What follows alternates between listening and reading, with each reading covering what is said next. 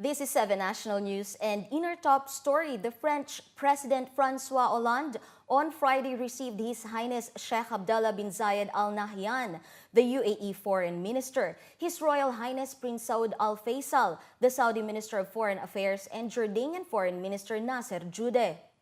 During the meeting, Sheikh Abdullah conveyed the greetings of President His Highness Sheikh Khalifa bin Zayed Al Nahyan to the French President and his best wishes for the friendly people of France, wishing them more progress and prosperity.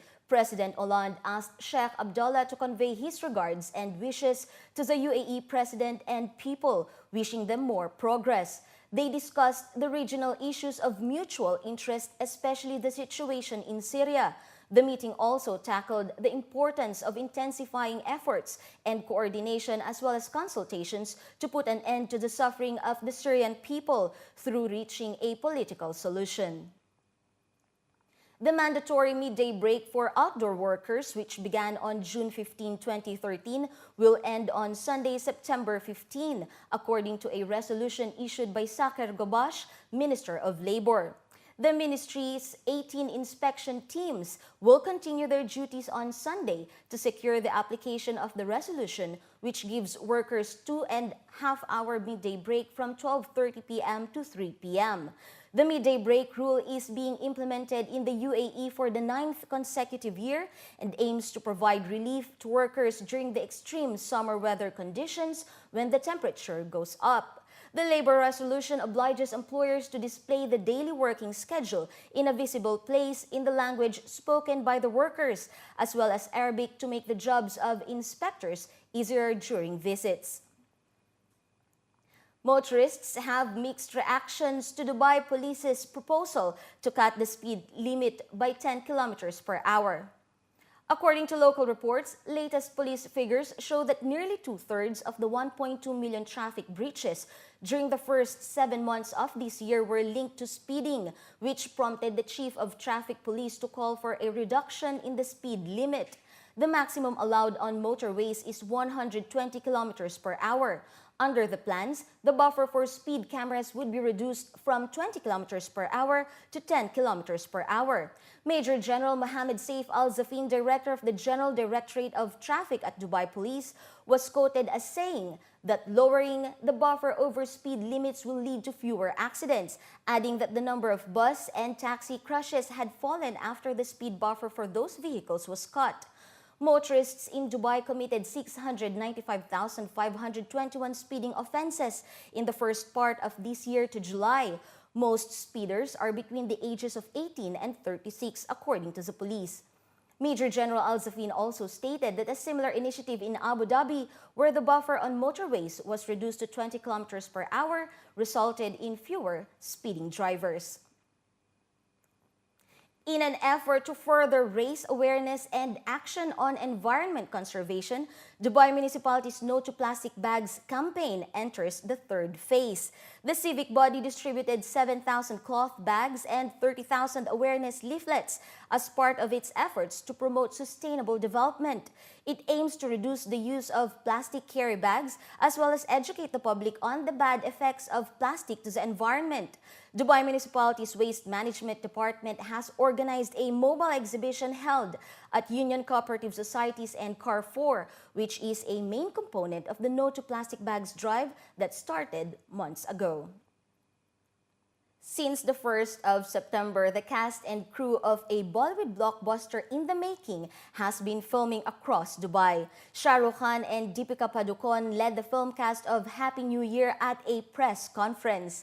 The cast and crew of the film were all praises for Dubai and its residents. According to them, they have been filming without any disruptions, even though they attract crowds wherever they go.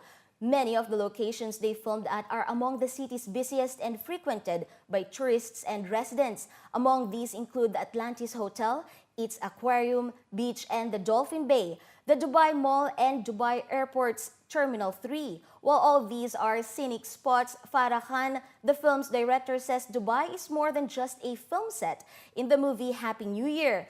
Jamal Al-Sharif, chairman of the Dubai Film and TV Commission, says they extended all possible assistance to make the shoot of one of the biggest Bollywood productions a success. It was a year ago when, a little more over a year, when I met for the first time Farah Khan in Dubai Marina Mall. And she was with some of her colleagues here, Kareem. And they were saying, hey, we want to make a movie in Dubai, you know that? Can you help us? I said, look, you guys are the stars. Tell us what you want and we'll make it happen. This is Dubai, you know. It all could happen here. And then we went along in discussion for about a year. And there was a lot of trips, a lot of scouts happening. And finally, thank you for choosing Dubai, Farah. Thank you for giving us your trust.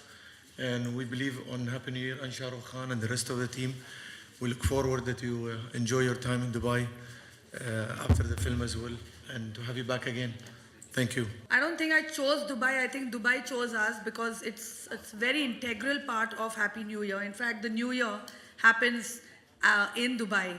And it's literally a character in the film. It's not just a city. And I think Dubai has got beautiful locations. It's got the infrastructure. It's glamorous. And it's got a culture that's not there anywhere else in the world. So, which is why we all came here. And we have to thank the people. They come to watch our shoot and they don't hassle us even for a minute. I mean, we've never had such a difficult shooting in such crowded places with so much ease. According to the DFTC, this is a great opportunity to showcase Dubai and its inherent hospitality. This helps promote the Emirate as a filmmaking hub in the Middle East. The movie is set for release next year and will also feature Abhishek Bachchan, Boman Irani, and Sonu Sood. Many residents and local actors will also be featured in the film. We've had a wonderful shoot so far, and thank you so much to the film division and the Emirates and the Palm for being so supportive and making our experience so memorable. I think to shoot in Dubai, I've just shot about say 8 or 10 days here. I've done a few ads here. I've done some appearances. I personally believe infrastructure-wise, there is something known as cinema literacy, where the unit that joins up with you is knowledgeable about filmmaking and how to ease it for everyone else who's part of the production and the creative team. I think Dubai is right there on top. I think when Mission Impossible was shot here and all the other films that have been shooting here, I just feel that the encouragement needs to be that Dubai lets the world know that the infrastructure, the equipment, the locations, not just the city downtown. I think the areas around Dubai, they're beautiful.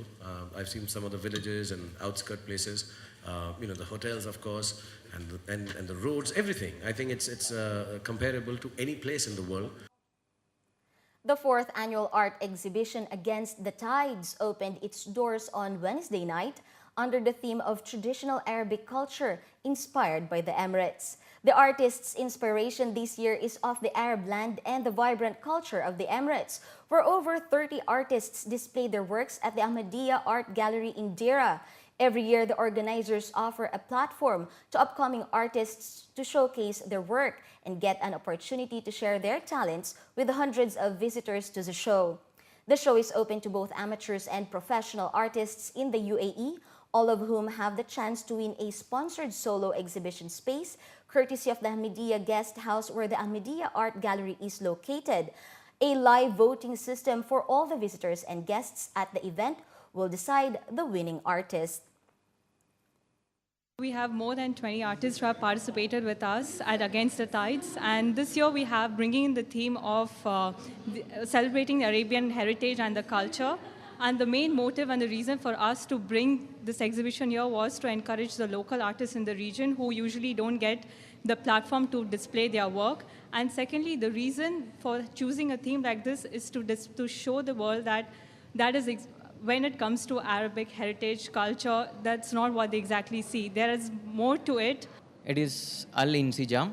It stands for harmony, togetherness of Arabic culture, heritage, and a little of their history. And I am presenting one more painting. It is Al-Izdihar. Stands for the prosperity of Arabic culture. This Against the Tide event is amazing tide, encouraging young people to bring out their creative moments and creative colors and lines. And in our Arab world, there is a lot of patterns, there's a lot of passion, architect, calligraphies and colors that make a rich for every painting. So it's just enough to be in this philosophy from the Andalus way to the heritage of the UAE and bring up the pattern, the color, the shapes, and immersion with our rich heritage. The platform, it's encouragement of young artists and local artists to give more. Even young artists who don't have market in the world, they have to start a step somewhere. So this step, it's again encouraging young artists to show what they have from passion and from talent.